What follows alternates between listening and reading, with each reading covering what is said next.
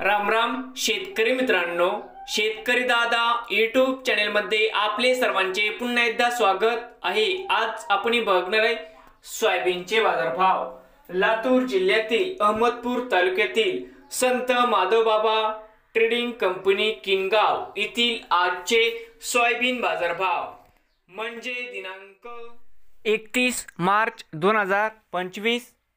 आज वारे सोमवार।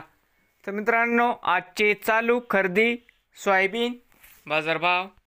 मित्रांनो, या ठिकाणी तुम्हाला सोयाबीनचे पेमेंट लगेच पाहिजे असेल, किनगावमध्ये आज सोयाबीनला 4270 रुपये क्विंटल।